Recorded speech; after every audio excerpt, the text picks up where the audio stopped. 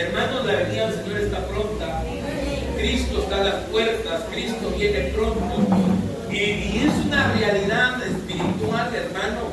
No es un lema, no es un eslogan, sino que es una realidad espiritual. El Señor está a las puertas, Cristo viene pronto y necesitamos preparar nuestro corazón. Necesitamos, hermanos, abrir nuestra mente al Espíritu, abrir nuestro corazón al Señor y permitir que Él venga a revelarnos, a instruirnos, a mostrarnos, hermano, pero sobre todo a ministrarnos para que nuestra vida pueda cambiar y entonces podamos estar preparados para la venida de nuestro Señor Jesucristo.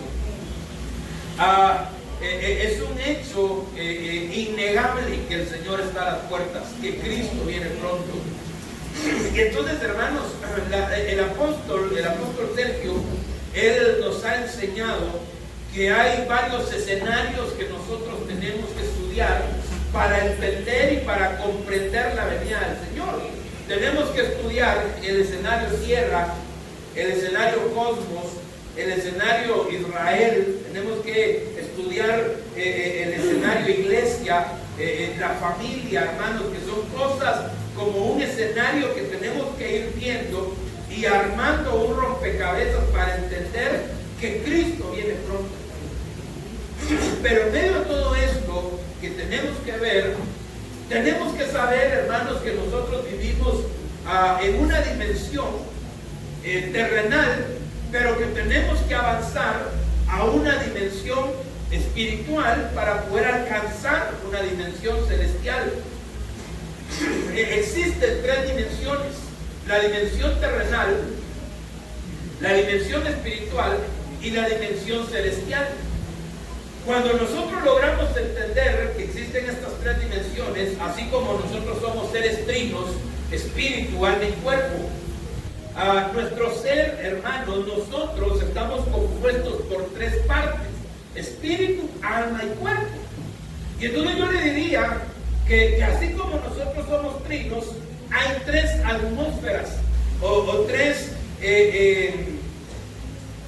niveles, hermanos, los cuales nosotros tenemos que alcanzar, y está el terrenal, el espiritual y el celestial. Para poder avanzar del terrenal hacia el espiritual, hermano, tenemos que empezar a vivir una vida por el Espíritu. Por ejemplo, lo que usted está haciendo ahorita es vivir en el Espíritu, vivir por fe. Estaba en el ámbito terrenal, en la atmósfera terrenal, pero al momento de entrar a la iglesia, usted entró a una atmósfera espiritual. Y entonces acá en lo espiritual nosotros podemos empezar a ver sobrenaturalidades. Por ejemplo, alguien puede testificar que fue sano de una enfermedad. Alguien puede testificar que fue liberado de un espíritu. Alguien puede testificar que recibió un milagro, que recibió un don, un regalo inmerecido. Pero eso, todo esto que podemos testificar, lo vivimos en la atmósfera espiritual. Estando en la atmósfera espiritual, tenemos que avanzar para poder alcanzar la atmósfera celestial. Y entonces, como iglesia, hermanos, tenemos que ir avanzando a esas atmósferas. Por ejemplo, Cristo, hermano, la Biblia nos muestra que Cristo evolucionó. Usted sabe que Él menguó al principio, porque la Biblia dice en Filipenses que siendo Dios, se despojó de la calidad de ser Dios y se redujo a la estatura del hombre. Pero en la medida que Dios se humilló, óigame esto, en la medida que Dios se humilló, en la medida en que Cristo se humilló, Dios lo exaltó. Porque la Biblia dice que al que se humilla, Dios lo exalta. Y entonces, eso me deja ver a mí que Cristo, hermano, también vivió en tres dimensiones. Cristo participó de carne y sangre. Eso lo vemos en el libro de Hebreos, capítulo 2, verso 14. Dice, así que por cuanto los hijos participan de carne y sangre, Él igualmente participó de lo mismo. Y entonces Jesucristo, hermanos, él siendo Dios, fue partícipe de carne y de sangre, de un cuerpo de sangre y de carne. Esto representa el cuerpo terrenal. Pero Él avanzó, Él evolucionó, hermano, y cuando resucitó, Él tenía un cuerpo de carne y hueso, mas ya no tenía sangre. La sangre la derramó en la cruz del Calvario. Y usted se da cuenta, hermano, que cuando Él se manifiesta resucitado, se le manifiesta a sus discípulos, incluso la última manifestación que tuvo con todos los discípulos en punto estaba Tomás, el incrédulo. Y entonces Jesús le dice, mete tu dedo aquí. Y entonces Él estaba mostrando que su cuerpo era un cuerpo de carne y de hueso, mas ya no de sangre. Y ese era un cuerpo espiritual. Pero no se quedó allí. Miren cómo Cristo, cómo Jesús fue evolucionando de un cuerpo terrenal a un cuerpo espiritual. Lo glorioso de esto, hermano, que cuando vemos al apóstol Pablo que le habla a los corintios, dice que así como es el terrenal, así actúa, y como es el espiritual, así va a actuar, y que nosotros tenemos que alcanzar la estatura del hombre espiritual y no solamente del hombre terrenal. Ahora, ¿cómo fue que Cristo alcanzó el cuerpo espiritual? Porque, mire, ¿en qué momento se convirtió en cuerpo espiritual? En el momento en que Él abandonó la sangre. Cuando era cuerpo de carne y de sangre, era un cuerpo terrenal. Pero cuando Él ya solo tuvo cuerpo de carne y hueso, era un cuerpo espiritual. Vuelvo a la carga. ¿En qué momento Jesús dejó la sangre? En el momento en que murió en la cruz del Calvario. Y entonces surge la pregunta: ¿cómo nosotros vamos a adquirir un cuerpo espiritual estando en la dimensión terrenal? No sé si me estoy dando a entender.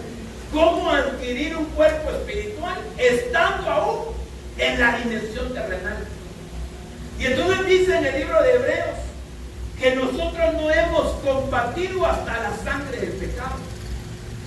Y entonces, ¿cómo adquirir un cuerpo espiritual? Muriendo al pecado hasta el punto de derramar sangre. Y entonces, en la medida que nosotros vamos muriendo al pecado, nosotros vamos adquiriendo un cuerpo espiritual. No sé si me estoy dando a entender con esto. Y entonces, mire lo glorioso. Cristo participó de carne y sangre, cuerpo terrenal. Luego, cuando resucitó, tenía un cuerpo de carne y hueso. Ya no tenía sangre. ¿Por qué? Porque había muerto. Y entonces nosotros como iglesia, en la medida que muramos, vamos a adquirir un cuerpo espiritual. Dios, hermano, nos llama a que avancemos. Por eso dice la Biblia que nosotros, hermanos, tenemos que avanzar como la luz de la aurora, que va de aumento en aumento. Y entonces, en la medida en que nosotros morimos, adquirimos un cuerpo espiritual. Pero no se queda ahí. Juan el apóstol tuvo una visión estando en la isla de Patmos. Y entonces él dice en Apocalipsis 1, me volteé para ver la voz que hablaba conmigo. Y miren qué impresionante, porque ¿cómo vamos a ver la voz? Si la voz no se puede ver. Pero Juan sí lo vio. ¿Por qué? Porque cuando Jesús se manifestó en el Apocalipsis, ya no era carne y hueso, sino que era carne y luz. Entonces él alcanzó un cuerpo celestial, estaba glorificado. Cuerpo de carne y luz. Y entonces, miren qué impresionante, porque Jesús, cuando ya fue glorificado, glorificado y se manifiesta en el libro de Apocalipsis, Juan lo ve como una luz, un cuerpo de carne y luz. Y entonces esto es hermoso, hermano, porque esto nos tiene que llevar al principio de la creación. Miren cómo está terminando la Biblia, como un hombre de cuerpo de carne y luz, que es Jesucristo glorificado, un cuerpo celestial. Pero entonces tenemos que ir al principio. La Biblia dice que lo que fue, o lo que es, ya fue, que no hay nada nuevo bajo el sol. Y entonces, hermano, vemos a un Cristo glorificado, con un cuerpo de carne y luz. Y cuando vemos el principio, Adán y Eva tenían un cuerpo de carne y luz. Por eso de que ellos no se miraban desnudos, porque tenían una vestidura de luz, hermano, tenían un cuerpo de luz, tenían un cuerpo celestial. Por eso ellos podían, hermano, caminar sobre las aguas, respirar bajo las aguas, podían volar. Si no, ¿cómo iban a tener dominio sobre las aves del cielo y sobre los peces del mar? Podían hablar con los animales. Pero entonces yo me puedo ver, hermano, acá en la Biblia, que ellos tenían un cuerpo celeste, un cuerpo celestial, tenían una cobertura de luz. La perdieron a causa del pecado. Miren qué terrible. Perdieron el cuerpo celestial a causa del pecado. Y entonces, ¿cómo vamos a recuperar el cuerpo espiritual y el cuerpo celestial? Santificándonos, muriendo al pecado. Y entonces, en la medida que vamos muriendo, vamos convirtiéndonos en un cuerpo espiritual hasta alcanzar un cuerpo celestial. ¿Me estoy dando a entender? Vaya, avancemos. Y es que como iglesia, hermanos, como iglesia nosotros fuimos creados. En el libro de Isaías, capítulo 43, si alguien lo tiene,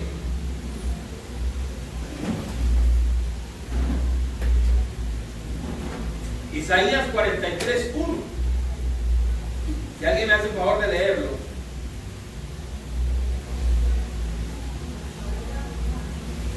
Espera, tú te van a traer el micrófono. Aquí, adelante, pastor. Mas ahora así dice el Señor tu Creador, oh Jacob, y el que te formó, oh Israel, no temas porque yo te he redimido, te he llamado por tu nombre, mío eres tú. Oiga, así dice el Señor, tu Creador. Tu Creador, oh Jacob, el que te formó. Oiga esto. Y entonces no es lo mismo ser creados a ser formados. Y entonces nosotros como iglesia tenemos que avanzar de creados a formados. ¿Cómo así? Tenemos que permitir que el Señor empiece a formar nuestro corazón, que Él forme nuestra vida. Hermano, es que mire, alguien que no es formado termina deformándose. Por ejemplo, un hijo que usted no educa como tiene que educar, cuando crezca se va a perder, se va a deformar. Porque mientras está bajo su dominio, está adquiriendo una medio formación. Porque como padres quizás no estamos haciendo el trabajo de formarlos. Y entonces cuando crecen se deforman porque no adquirieron la formación como tenía que ser. Y entonces nosotros como iglesia, hermanos, tenemos que permitir que el Señor forme nuestro ser. Mire, tenemos que permitir hasta que Él forme nuestro carácter.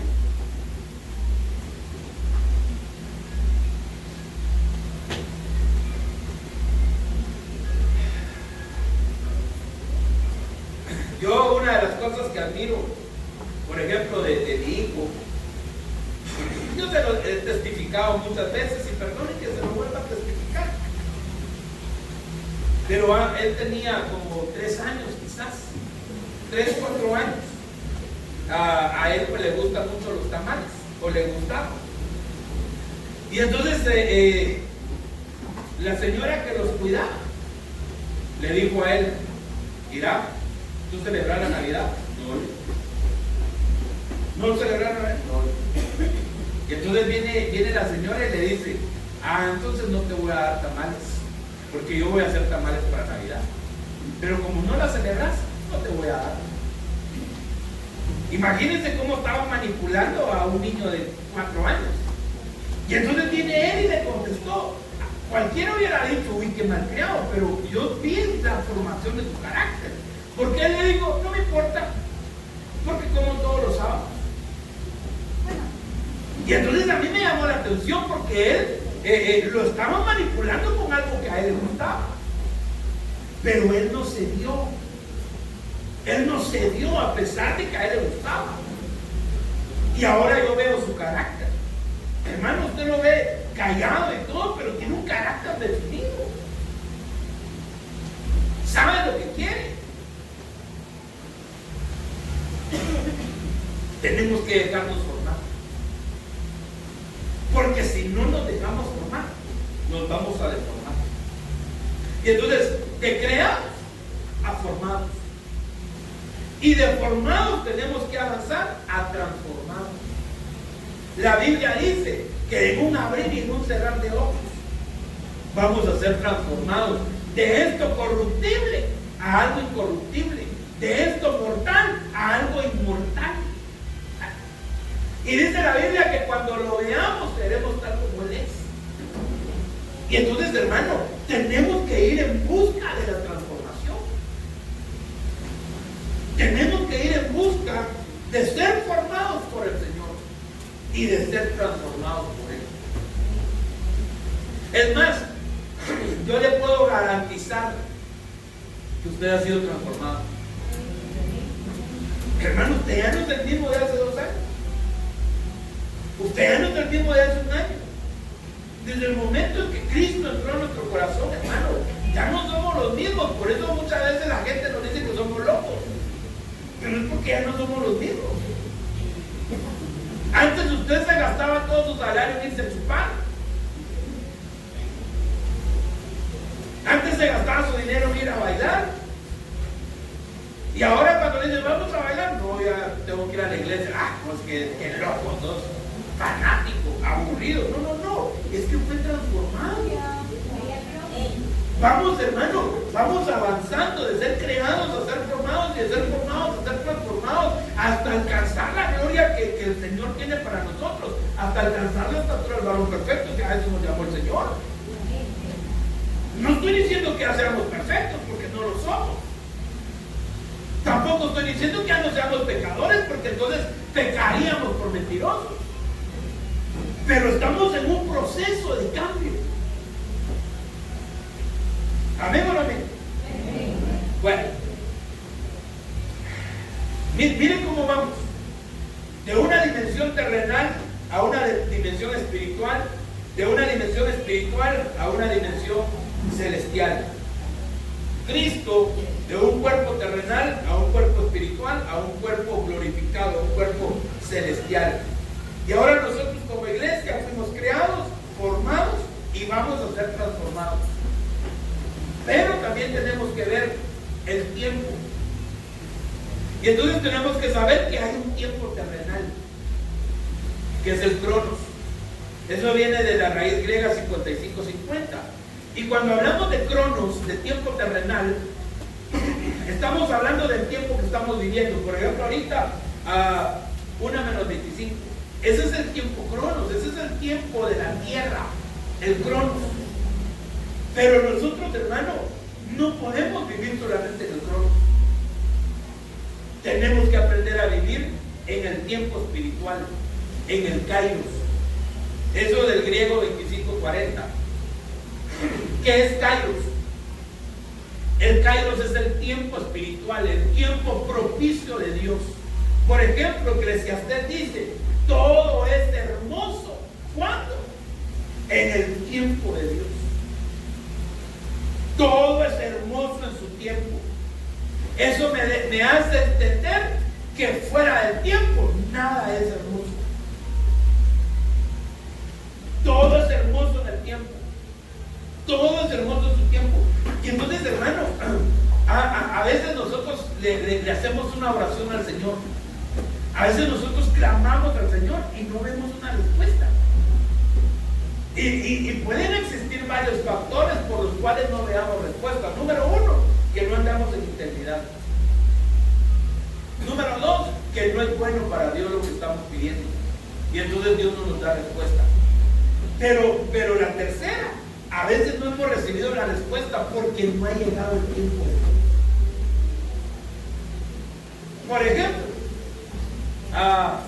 hoy hace 8 días, un hermano me enseñó, un pastor que es relativamente joven, escribió un libro. Él es pastor, hijo de pastores, nieto de pastores, y ahora es pastor y salmista. Y él escribió un libro basado a su vida que se llama No te enamores antes de los 20.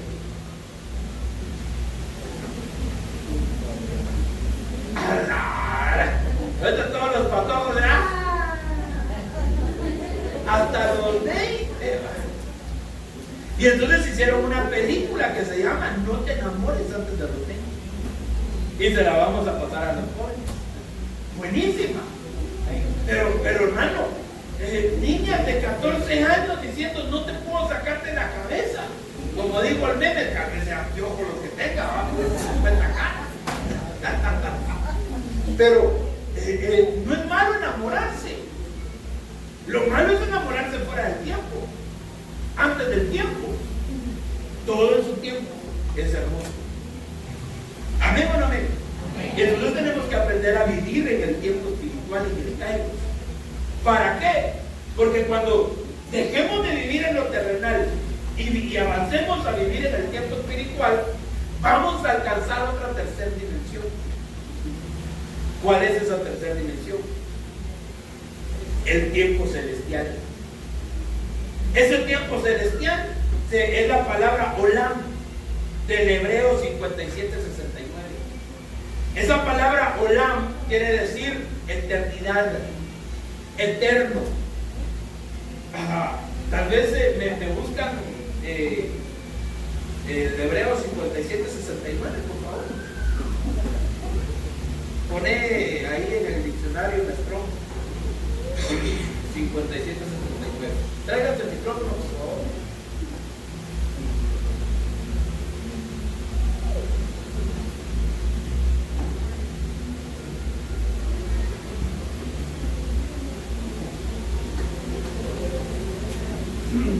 ¿Lo tiene o no? H 57:69. Salud. Dice la palabra, según el diccionario Strong. Aquí lo voy a leer yo ya. Dice, olam, propiamente escondido, es decir, punto de separación, generalmente tiempo fuera de la mente. Oiga esto, tiempo fuera de la mente, pasado o futuro, es decir, prácticamente eternidad. Antigüedad, antiguo, continuo, eternamente, eternidad, eterno, largo, principio del mundo, pasar, perdurable, permanecer, perpetuamente, perpetuar, perpetuo, perseverar, sempiterno, para siempre, siglo. Y entonces me llama mucho la atención porque esa palabra olam es un tiempo fuera de la mente. Miren qué impresionante. Y entonces Dios nos va a llevar del tiempo terrenal, cronos, al tiempo espiritual, kairos. Y cuando logremos vivir en el kairos, vamos a alcanzar vivir el tiempo celestial, que es el olam, que es un tiempo que va fuera de la mente. Hermano, perdone, y no es lo que dice Jeremías 33:3. Clama a mí, ¿y qué va a pasar? Yo te responderé y te mostraré cosas grandes y ocultas que ojo no ha visto, ni han subido a corazón de hombre. Hola, eternidad, tiempo fuera de la mente. Y entonces, hermano, a eso es a donde Dios nos quiere llevar. Al Kairos, al Olam, a un tiempo de Dios. No al tiempo de los hombres, al tiempo de Dios. La profecía decía algo. Viene a un movimiento fuerte sobre la tierra. Pero para los que temen su nombre, nacerá el sol de justicia. Para los que temen su nombre, habrá paz. Mientras que el mundo va a estar en angustia, en aflicción, en persecución, hermano, nosotros vamos a estar guardados. ¿Dónde? En el Olam, en el eterno.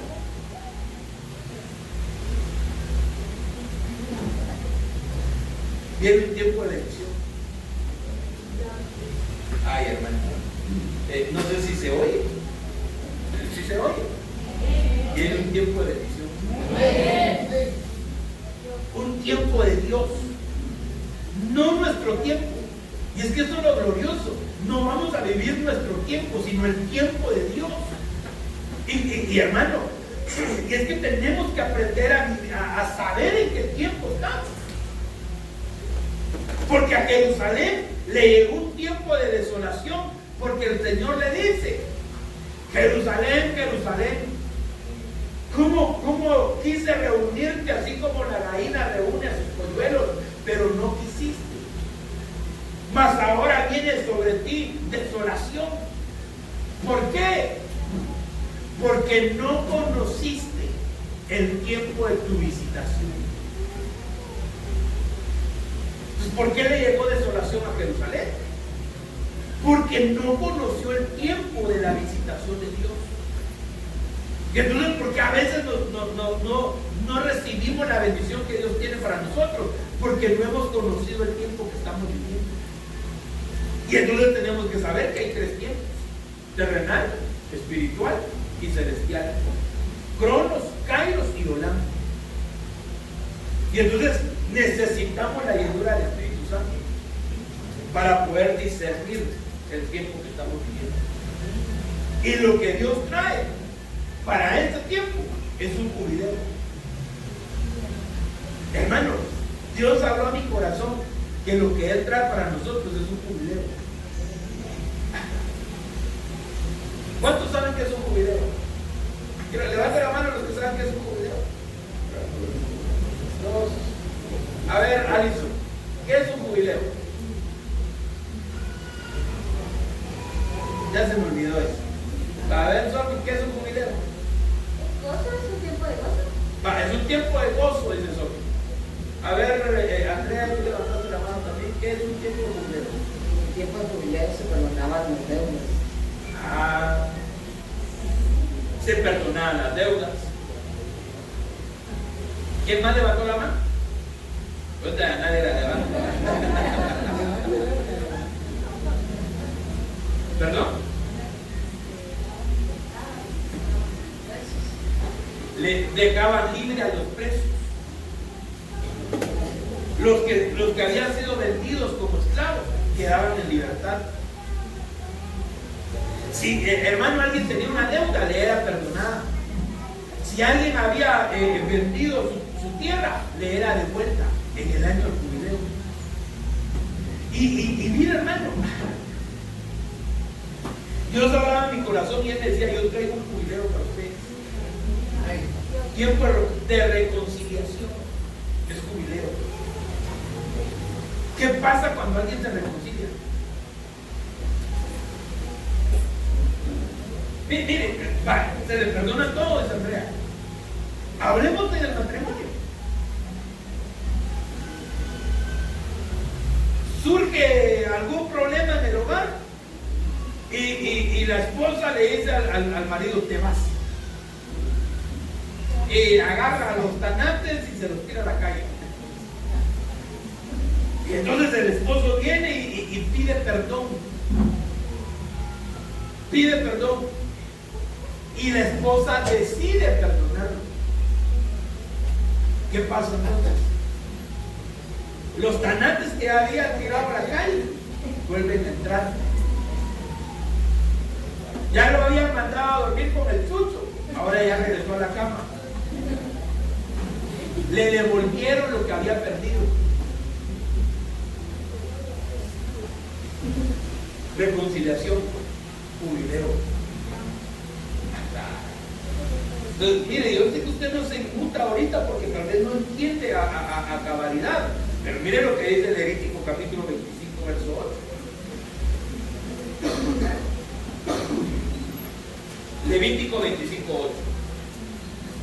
Contarás también 7 semanas de años para ti, 7 veces 7 años, para que tengas el tiempo de 7 semanas de años, es decir, 49 años. Entonces tocarás fuertemente el cuerno de carnero el 10º día del 7º mes. En el día de la expiación tocaréis el cuerno por toda la tierra. Verso 10. Así consagraréis el 50º año y proclamaréis, oiga, libertad en la tierra. Para todos sus habitantes será de jubileo para vosotros, y cada uno de vosotros volverá a su posesión, y cada uno de vosotros volverá a su familia. ¡Aleluya! Y entonces cuando yo veía este verso, el Señor empezó a hablar a mi corazón. Eso es lo que traigo, un tiempo de jubileo. Hermanos, Dios trae un jubileo para nosotros. Pero ¿qué implica el jubileo? ¿Qué implica? Implica reconciliación. Y la reconciliación implica traer libertad. Es que mire, hermanos, así consagraréis el 50º año y proclamaréis en la tierra, y proclamaréis libertad en la tierra. ¿Qué tengo que preguntar? ¿Usted ya es libre? Amén, hermano, porque yo ya tengo a Cristo en mi corazón. Amén. La Biblia dice: conoceré la verdad y la verdad os hará libre. Pero es un proceso de libertad. Quizás alguien ya tiene a Cristo en su corazón y dice: ya soy libre, pero no ha podido dejar de pecar. Sigue cometiendo un pecado X y entonces sigue esclavo. ¿Se recuerda que los fariseos le dijeron a Jesús: nosotros somos hijos de Abraham y jamás hemos sido esclavos de nadie? Y Jesús le dijo: si alguien comete pecado, es esclavo del pecado, porque aquel es esclavo de aquel que lo domina. Entonces, si hay cosas que te dominan, eres esclavo. Así de simple. Le voy a poner un ejemplo. Si usted no puede vivir sin el café, usted es esclavo del café.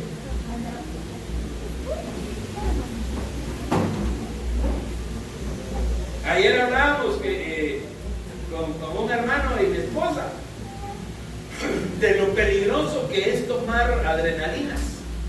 Hermano, hay gente que ha muerto a causa de la adrenalina. Y entonces estamos hablando de lo peligroso que eso es, de las consecuencias que puede provocar una adrenalina. Y una de las cosas yo le decía al hermano: cuando te tomas la adrenalina te levanta y te pone todo espíritu, pero a la media hora te pasa el efecto y tenés un decaimiento peor que el que tenías antes de tomarte. Y entonces decía a mi esposa: para eso mejor tomar café. Y entonces decía a mi esposa: también es malo, pero es que es rico, decía ella. Hermano, si algo te hace caer, eres esclavo de eso. Entonces necesitamos que nos proclamen libertad. Para todos sus habitantes será el jubileo para vosotros. Y oiga, y cada uno de vosotros volverá a su posesión. Pregunta: ¿habrá alguien aquí que haya perdido algo? Mejor no. Me echo mi suspiro. para no convertirme en lobo. Pero este año el Señor dice, volverás a tu posesión. Te van a devolver lo que perdiste. Y cada uno de vosotros volverá a su familia. Bueno, quizás, mire, alguien va a decir, no, si todos vivimos en la misma casa.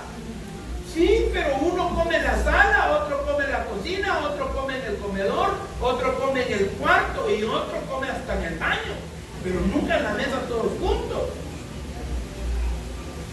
Y entonces están todos revueltos en la casa, pero no hay unidad. Y entonces Dios dice, cada uno de vosotros volverá a su familia. Mira, hermano, la importancia de sentarnos a la mesa a comer todos juntos de familia. Yo sé que por el trabajo quizás no lo pueden hacer en el desayuno y no lo pueden hacer en el almuerzo, pero la cena se debieran de proponer a comer todos juntos de la mesa. ¿Aló? Entonces, ¿qué viene para nosotros? Libertad. ¿Qué viene para nosotros? Nos van a devolver nuestra posesión. ¿Qué viene para nosotros? Nos van a devolver a nuestra familia. Mire, yo hace cuánto tiempo, quizás 1 o 2 años, vi un meme y yo me mataba la risa. Y me detuve a leerlo porque vi a una señora abrazando a su hija y llorando a madre de los dos. Y decía, madre se reencuentra con su hija. Y dije, ¿qué pasaría? Secuestraron a la muchachita, se perdió. Entonces me metí a leer, ¿y qué si era porque se había caído la red de internet? Entonces, como ya no tenía internet la niña, ¡ay, aquí estás, mamá! Se reencontraron, hermano. Y es increíble que hay muchas casas que están en la casa, pero no sabes si ahí está el papá, si está la mamá. Ahora los papás, para que los hijos vayan a comer, le mandan un WhatsApp. Hijo, venía a comer. Porque cuando lo llaman, hijo, no oye. Entonces ahora en la misma casa le tienen que mandar un WhatsApp. Perdone, ¿cómo va a ser posible? Eso no puede ser aceptable, hermano. Perdone que le esté machucando algunos callos, ¿verdad? Eso no puede ser aceptable en nuestra casa. Que en la misma casa nos tengamos que llamar.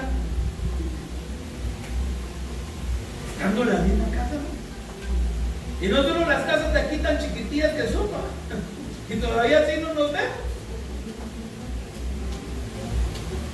Tiempo de jubileo, tiempo de reconciliación. Entonces, mire, proclamaré libertad en la tierra. Lucas capítulo 4, verso 18.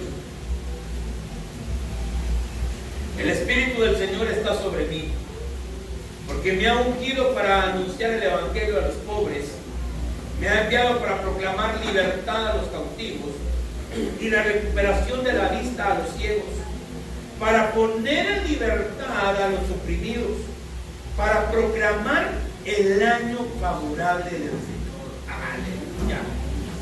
Y entonces, ¿qué es lo que viene para nosotros? Tiempo de libertad. Tiempo de libertad. Aquel que había estado cautivo del pecado, aquel que había estado cautivo de su carácter, aquel que había estado cautivo de cualquier cosa, hoy el Señor te quiere hacer libre. Tiempo de libertad. ¿Qué es lo que viene? Libertad. Santiago 1:25. Pero el que mira atentamente a la ley perfecta, la ley de la libertad, y permanece en ella, no habiéndose vuelto un oidor olvidadizo, sino un hacedor eficaz, este será bienaventurado en lo que hace. Amén. Mira, hermano, yo sé que a veces nos proponemos hacer algo y nos va mal, fracasamos, pero aquí dice que el que mira atentamente a la ley perfecta, la ley de la libertad, y permanece en ella, no habiéndose vuelto un oidor olvidadizo, sino un hacedor eficaz, este será bienaventurado lo que hace. Entonces, en este año, año de reconciliación, año en que Dios va a traer jubileo, te va a ir bien. En lo que hagas te va a ir bien. Si permaneces en la ley de la libertad. Y esto es impresionante, porque hermano, aún la libertad tiene ley. Cualquiera diría, si hay libertad no tiene que haber ley. Pero es que una libertad sin ley se convierte en libertinaje. Y Dios no nos llamó a libertinaje, Dios nos llamó a ser libres, no libertinos. Por eso el triángulo de la libertad. Todo me es lícito, pero no todo me conviene. Todo me es lícito, pero no todo me edifica. Todo me es lícito, pero no me dejaré dominar por nada. El triángulo de la libertad. Todo te es lícito, pero no todo te conviene. Todo te es permitido, pero no todo te edifica. Todo te es permitido, pero no te dejes dominar. Si no, ya no es libertad, es libertinaje. Y Dios quiere darnos ¿qué? Libertad. Vea esto. Cada uno de vosotros volverá a su posesión. Amós capítulo 2, verso 10. Amós 2:10. Y a vosotros yo os hice subir de la tierra de Egipto y os conduje por el desierto 40 años para que tomarais posesión de la tierra del amorreo. Así que si alguien está atravesando un desierto espiritual, puede ser que Dios te llevó al desierto para volverte a enamorar. Pero oiga lo que dice acá. Y a vosotros yo os hice subir de la tierra de Egipto y os conduje por el desierto 40 años para que tomarais posesión de la tierra del amorreo. Pues quizás alguien está pasando por el desierto, porque desde tu desierto vas a ir a tomar posesión de lo que a ti te corresponde. Hermanos, es que fuera bien fácil y bien hermoso que las cosas vinieran así por así. Pero Dios ya experimentó algo. Perdone la expresión. Pero Dios experimentó con el pueblo en el desierto y les mandó maná del cielo. No les costó nada. Y no pudieron dar gracias. Dios les mandaba el maná del cielo y era un pueblo malagradecido. Dios les mandaba maná del cielo y ellos empezaron a pedir carne. Dios les mandaba maná del cielo y ellos decían, extrañamos los sapos y las cebollas de Egipto. Y entonces Dios dijo, no, ya no se los voy a dar regalado, porque si no, no agradece. Y entonces nos pasa por desierto para que aprendamos a valorar cuando tomemos posesión. Amén. Imagínate otro. Segunda de Samuel 9:6. Oh, esto es hermoso. Y Mefiboset, hijo de Jonatán, hijo de Saúl, vino a David y cayendo sobre su rostro se postró. Y David dijo, Mefiboset, y este respondió, he aquí tu siervo. David le dijo, no temas, porque ciertamente te mostraré bondad por amor a tu padre Jonatán, y te devolveré toda la tierra de tu abuelo Saúl, y tú comerás siempre a tu mesa. Aleluya. Pero ¿dónde estaba Mefiboset? Estaba en Lodebar, en la tierra del olvido. Nadie se acordaba de él. Era un lisiado. Era alguien que estaba lisiado de sus pies, hermano. Alguien que vivía con traumas, que vivía menospreciándose. Y entonces Dios lo llama un día y le dice, yo te voy a devolver todo lo que te robaron, yo te lo voy a devolver. Te voy a devolver tus posesiones. Este año Dios te va a devolver tus posesiones. Y de este otro, Jeremías 30:17. porque yo te devolveré la salud. ¿Cuántos necesitan que le devuelvan la salud, hermano? Yo te devolveré la salud y te sanaré de tus heridas, declara el Señor. Porque te han llamado desechada, diciendo, esta es Sión, nadie se preocupa por ella. Pero oiga, yo te devolveré la salud y te sanaré tus heridas. Aquí hay dos cosas. Aquí está hablando de que Dios te va a devolver tu salud. Eso está hablando del cuerpo físico. Pero cuando dice que te va a sanar las heridas, hermano, eso es tu alma. Dios va a sanar tu alma. Dios va a sanar tu espíritu. Y es que mire, yo bendigo a Dios porque hoy estoy cumpliendo un mes, 14 días de mi accidente. Y hermano, ya puedo mover el brazo así. Tal vez es algo insignificante, solo lo hago así. Pero yo no podía hacer eso. Ya puedo hacer así.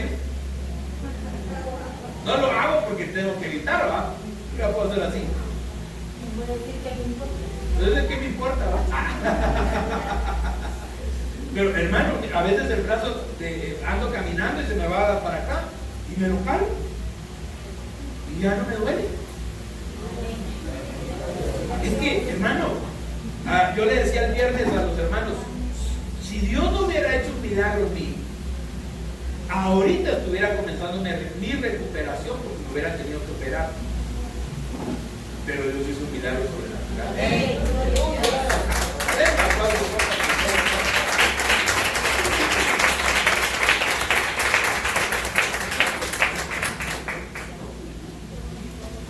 Yo no sé cuántos vieron los rayos X.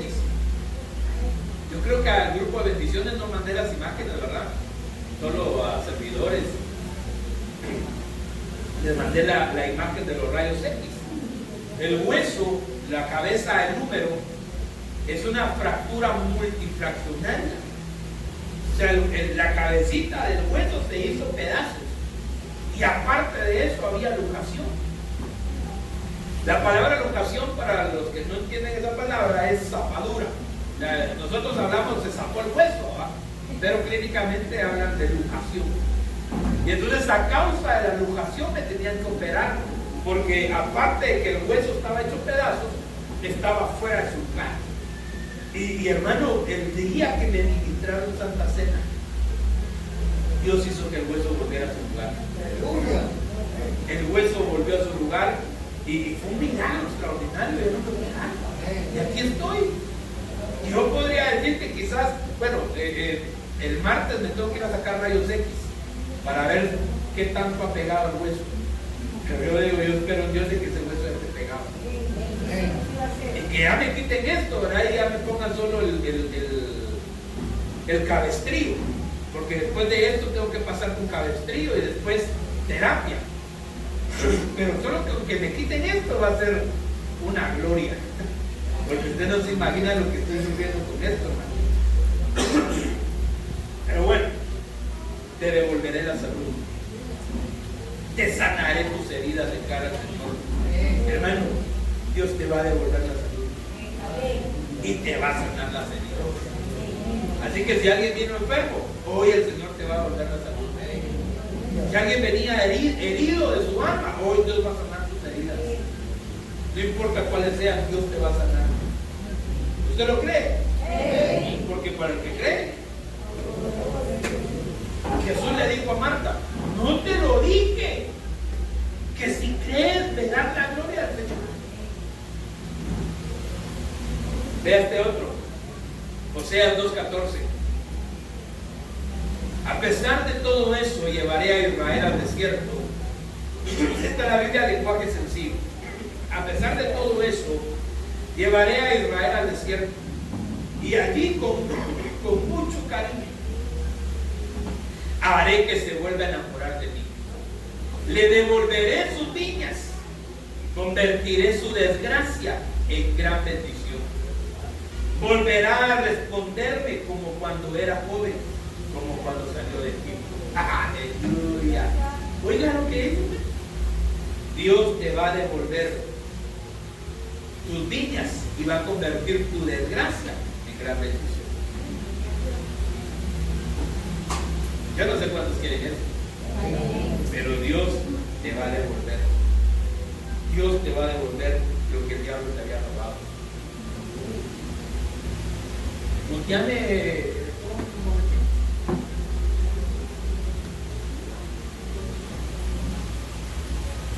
Ya. Aleluya. Hermanos, viene un tiempo en que Dios te va a devolver las cosas. ¿Qué es lo que el diablo te robó? ¿Qué es lo que el diablo te robó? Dios te lo va a devolver. Miren, y cada uno de vosotros volverá a su familia. Levítico capítulo 25, verso 41. Levítico 25, 41. Entonces saldrá libre de tu casa, él y sus hijos consigo, y volverá a su familia, y la posesión de sus padres se restituirá. Oigan esto es lo que Dios trae. Cada uno de vosotros volverá a su familia. Y entonces dice, ahí mismo en el 25, verso 41, entonces saldrá libre de tu casa, él y sus hijos consigo, y volverá a su familia y a la posesión de sus padres, y la posesión de sus padres se restituirá. Hermano, Dios te va a hacer volver a tu casa. No, pastor, si yo nunca me he ido, ok, Dios va a hacer volver a los que se fueron de tu casa, y Dios va a restituir la posesión de tus padres. Dios te va a restituir. Mira, hermano, viene una restauración familiar. Usted no necesita que su familia sea restaurada. Bueno, viene una restauración familiar. Dios va a restaurar tu casa, Dios va a restaurar tu familia, Dios va a restaurar la relación con tus padres, Dios va a restaurar la relación con tus hijos. Mire esto, Malaquías 4:6. Él hará volver el corazón de los padres hacia los hijos, y el corazón de los hijos hacia los padres, o sea que yo venga y hiera la tierra con maldición. Viene un tiempo de restauración familiar, año de reconciliación familiar, año de reconciliación. Dios va a hacer volver el corazón de los padres y el corazón de los padres hacia los hijos. Lucas 1:17, y con esto voy a terminar.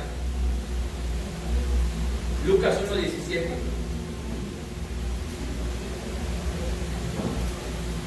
E irá delante de él el espíritu y el poder de Elías, para hacer volver el corazón de los padres a los hijos, y de los rebeldes a la prudencia de los justos, para preparar al Señor un pueblo bien dispuesto. Aleluya. Hermanos, viene un tiempo hermoso. Viene un tiempo hermoso. Póngase de pie.